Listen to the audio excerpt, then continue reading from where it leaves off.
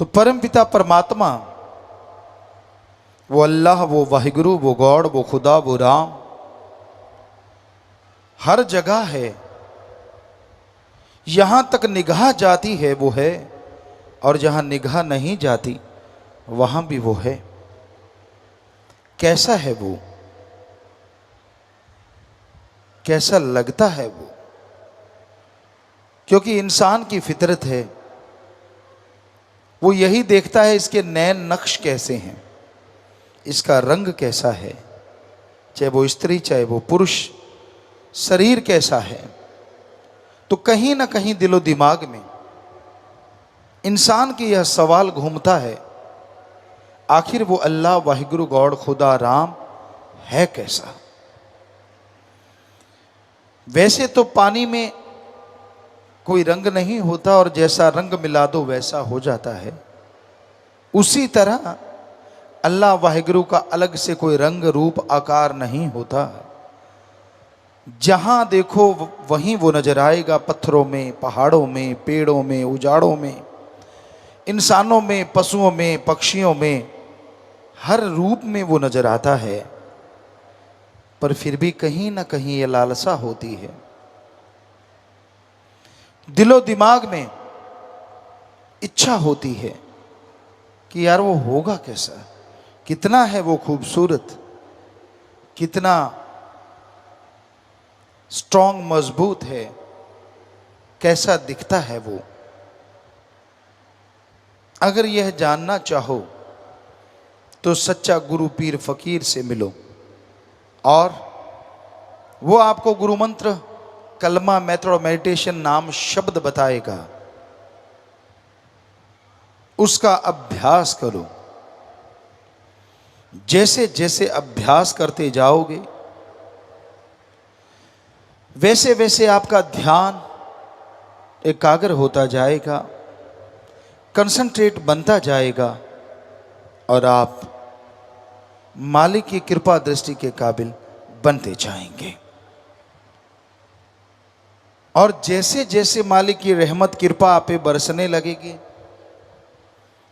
वैसे वैसे आप मालिक के दर्श दीदार के नजदीक पहुंचते जाएंगे। मालिक के दर्श दीदार जब होते हैं तो आपके ये सारे शक शुबहा डाउट क्लियर हो जाते हैं। जब उसका नूरानी चेहरा देखते हैं, नूरानी मुखड़ा देखते हैं, आप इंसान हैं, सर्वश्रेष्ठ जोनी इंसान की है, इसलिए मालिक दर्शन भी देगा तो गुरु सदगुरु इंसान के रूप में, पर वो नूरी स्वरूप होगा।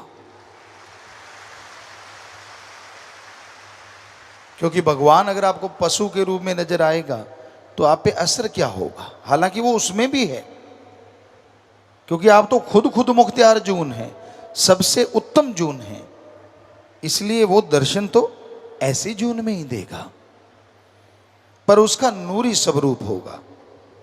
संतों ने बताया कि जब मैं अपने सदगुरु मुर्शिदे कामिल के नूरी स्वरूप को देखता हूं तो मैं तो बेइंतहा खुश होता हूं, पर उसमें इतना नूर है कि चंद्रमा गर्त में यानी पताल में धंस जाता है, उसके सामने बहुत बौना है। सूरज शर्म से अपनी रोशनी खत्म कर बैठता है, इतना नूर है। किसी ने पूछा किसी से, तेरा सदगुरु फिर है कैसा? तेरा अल्लाह, तेरा वाहिगुरु, तेरा राम गॉड वो है कैसा? कहने लगा, क्या बताऊं? कहता यार कुछ तो बता। वो दूध जैसा। कितना? वो तो उबाला आ जाए, कुछ देर पड़ा रहे तो फट जाता है। कहता फिर चंद्रमा जैसा। कहता उसमें तो दाग धब्बे हैं, उधार की रोशनी है। कहता सूरज जैसा। उसमें तो बहुत तपिश है, वो तो जला देता है, उसके पास तो कोई जा ही नहीं सकता। कहता शहद जैसा, कहता वो मीठा तो रहता है पर कुछ देर बाद काला पड़ जाता है। कहता फिर चीनी जैसा, कहता वो तो शरीर के लिए हानिकारक है, हद से ज्यादा अगर आप लेते जाओगे तो हानिकारक है। कहता फिर तेरा गुरु कैसा? कहता कलर दूध जैसा, रोशनी लाखों करोड़ों सूरज चंद्र जैसी, उसके पास जाओ ठंड की ही ठंड की मिलती है, वो किसी को जलाता नहीं है, दूर भगाता नहीं है। कहता मिठास शहद जैसी, गुड़ जैसी, चीनी जैसी, कहता इससे अरबों खरबों गुना ज़्यादा मीठी, लेकिन वो सेहत बनाती है, आत्मा की खुराक कहलाती है और अल्लाह वाहिगुरु के दर्श दीदार करवाती है। ऐसी है वो मिठास। कहता वाह, तेरा सतगुरु, तेरा अल्लाह, तेरा वाहिगुरु, तेरा राम, तेरा गॉड तो फिर कमाल है। पर मैंने सुना है वो जन्म नहीं लेता, डेथ बर्थ के सर्कल में नहीं आता। कहता सच सुना है। कहता फिर आप कैसे कह सकते हो कि वो इंसान जैसा है? कहता वो बिना जन्म लेने के बाद भी जन्म लेता है, उसकी जिंदा तस्वीर हर जगह रहती है। यही तो उसका कमाल है, ना वो जन्म लेता है ना मरता है, पर फिर भी सबके अंदर जिंदा रहता है। जिसकी निगाह बन जाए वो देख लेता है, वरना बिना देखे कोई इस दुनिया से रुखसत हो जाता है। तो ऐसे परमपिता परमात्मा को यार बनाओ, दोस्त बनाओ, मित्र बनाओ। दुनिया की मित्रता, दुनिया की यारियां, दोस्ती मतलबी है, स्वार्थी है, गर्जी है, सब गर्ज से बंधे हैं। जब तक गर्ज है तो प्यार करते हैं, और गर्ज नहीं तो बात नहीं करते। उस मुर्शिद से, सतगुरु से, अल्लाह वाहिगुरु राम से ज्ञान लो, और फिर सतगुरु अल्लाह वाहिगुरु को देखो जरूर। वो बेगरज है, इसके बावजूद भी वो आपकी हर गरज पूरी कर सकता है।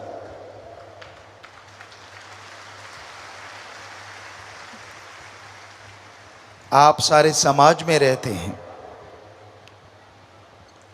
आप किसी की विवाह शादी पे जाते हैं, उसको सलामी देते हैं, वो लिख लेते हैं आप, या याद रखते हैं, मैंने 100 दिया, 1500 दिया, 5 रुपए दिए, 10 दिए। और जब आपके घर में किसी की शादी होती है तो आपको ध्यान में रहता है फलां आदमी कितने दे के गया। ये गरज है, गरज के लिए ये रीत बनी थी। पुराने समय में लोग जब शादियां होती थी तो ऐसे पैसा देते थे जिससे उसकी मदद हो जाए, क्योंकि अकेला कुछ नहीं कर पाता। 100-100, 5-5 रुपए भी दिए, 2-2 रुपए भी दिए तो सारे गांव में वो काफ़ी पैसा हो जाता था उस जमाने के अनुसार। और बेटी की शादी धूमधाम से हो जाती थी, पास से कुछ लगा भी नहीं और शादी भी बढ़िया हो गई। किसी की भी शादी होती फिर वो रूटीन उस पे चलता था, सारे उसको दे देते थे। तो ये गर्जी हो गया ना। पर अल्लाह वाहिगुरु राम को सलामी देने की जरूरत नहीं। आप मत दीजिए सलामी, और बदले में जितना मर्जी ले लीजिए, बस भावना शुद्ध कर लीजिए, विचारों का शुद्धिकरण कर लो। अगर आपके विचार शुद्ध हैं, भावना पवित्र है, श्रद्धा है आपके दिलो दिमाग में, तो वो इतना देगा, इतना देगा, आपकी झोलियां छोटी रह जाएंगी और उसकी रहमत मूसलाधार बरसती जाएगी, बरसती जाएगी। तो अपने आप को शुद्ध करना है, अपने आप को पवित्र बनाना है। ना तो दिखावे से कोई पवित्र बन सकता है, ना अच्छे कपड़े पहनने से कोई पवित्र बन सकता है, और ना ही धन दौलत जमीन जायदाद ज्यादा होने से कोई पवित्र बन सकता है। पाक पवित्र बनने के लिए एकमात्र उपाय, रूहानियत में आओ, सुमरन करो, सेवा करो। परहित परमार्थ और सुमरन, दो चीजें आपने करनी ही करनी है, क्योंकि सुमरन से बाकी के गुण ऑटोमेटिकली प्रकट हो जाएंगे। आप दीनता नम्रता धारण कर लोगे, आपके अंदर बेगर्ज निस्वार्थ प्यार करने की भावना पैदा हो जाएगी। आप मालिक से करीब होते चले जाएंगे। तो सेवा और सुमरन ही तरीका है। मैं सजूं रे सजूं, पिया लिए रोजाना।